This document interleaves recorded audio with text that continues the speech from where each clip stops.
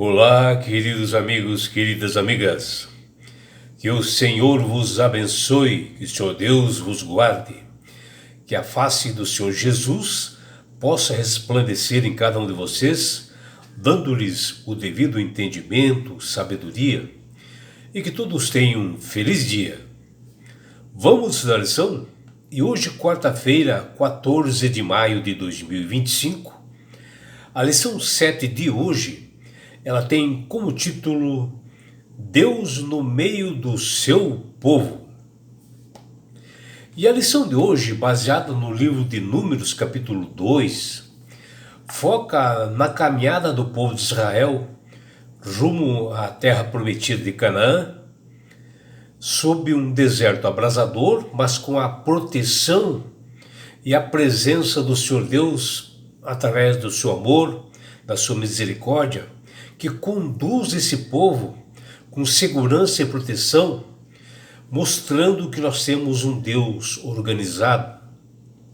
E nesse livro de Números capítulo 2, narra a ordem e a disposição das tribos acampadas conforme os pontos de paradas que essa marcha ocorria, e que tudo isso era determinado por Deus.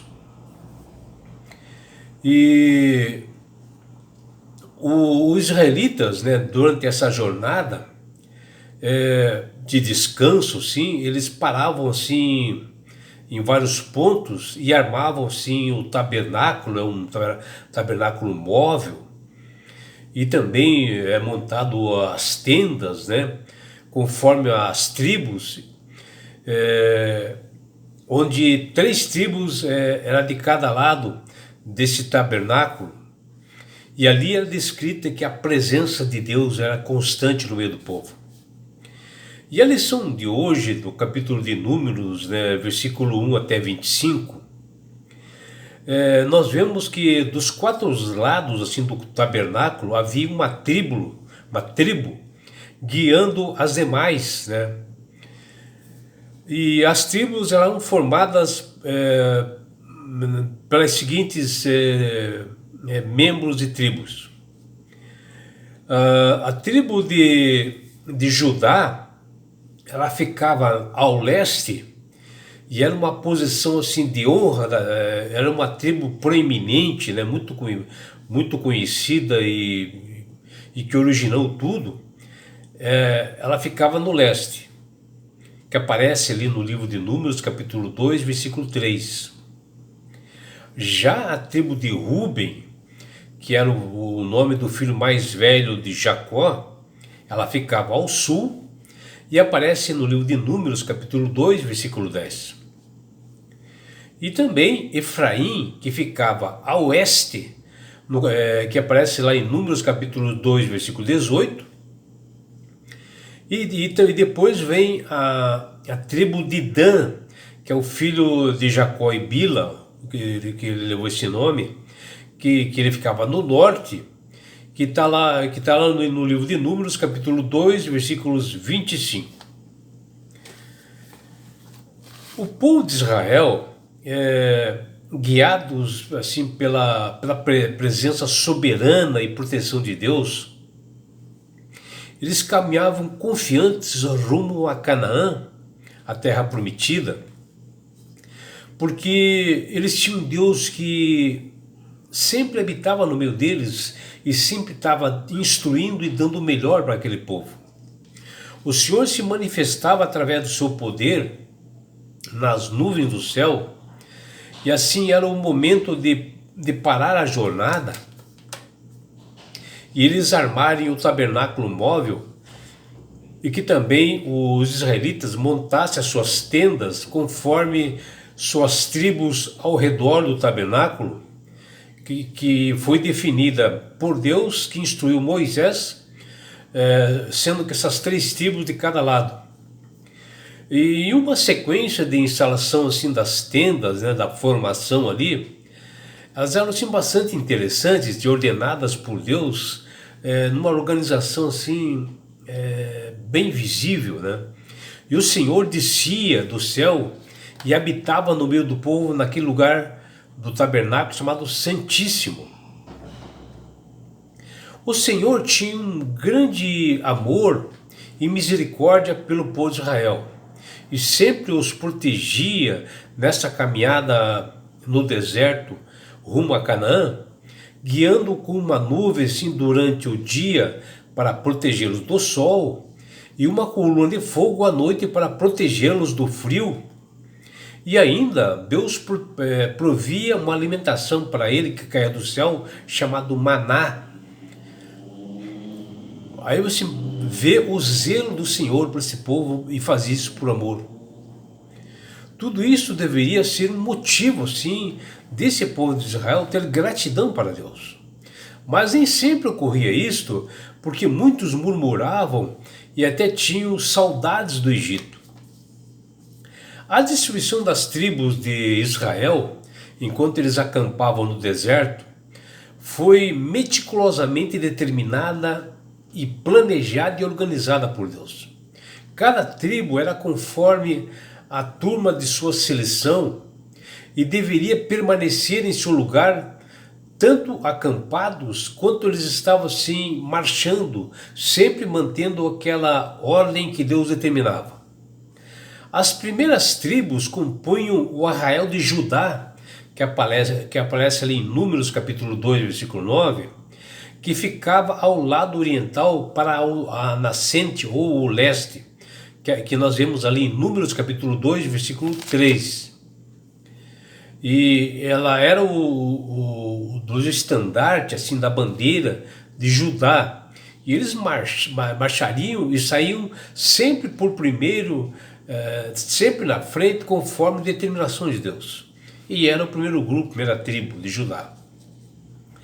Por segundo, era o arraial de Ruben, que aparece no livro de Números, capítulo 2, versículo 16, era composto por outras tribos que acompanhavam para o lado sul, que aparece no livro de Números, capítulo 2, versículo 10, e eles marchavam em segundo lugar, que está em Números, capítulo 2, versículo 16.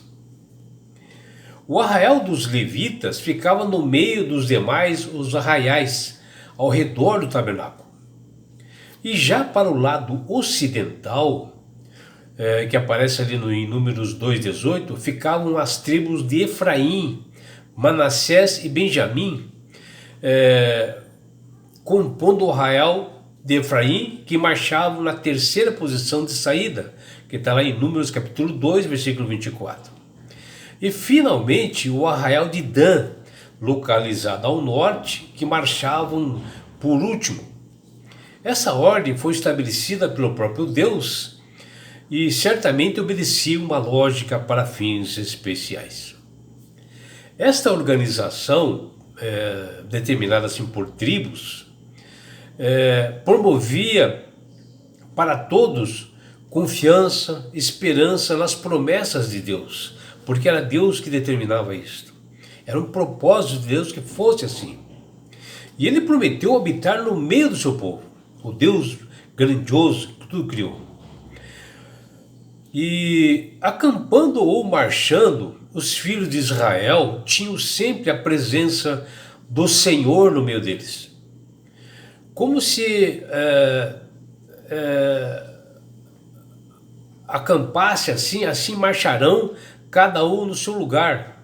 Ou seja, da mesma forma que eles acampavam naquela sequência, eles marchavam rumo a Canaã da mesma forma, naquela sequência, que está lá em Números 2,17.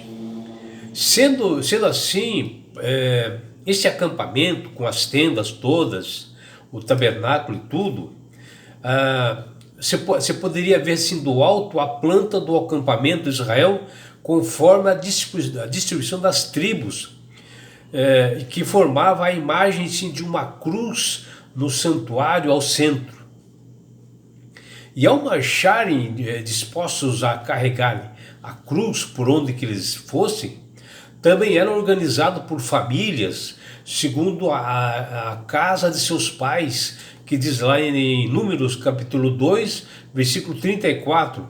Ou seja, os membros de cada família estavam assim sempre juntos, unidos, quer acampando, quer marchando, eles se mantinham-se unidos ali.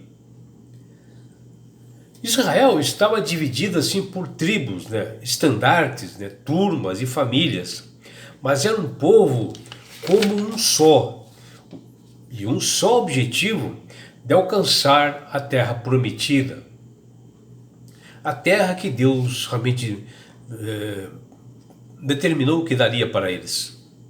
Era tudo bem planejado por Deus, onde as 4 tribos dominantes, eles hasteavam o seu próprio estandarte ali, a sua bandeira, para designar quem era, embora a Bíblia não mencione o que estava escrito em cada bandeira.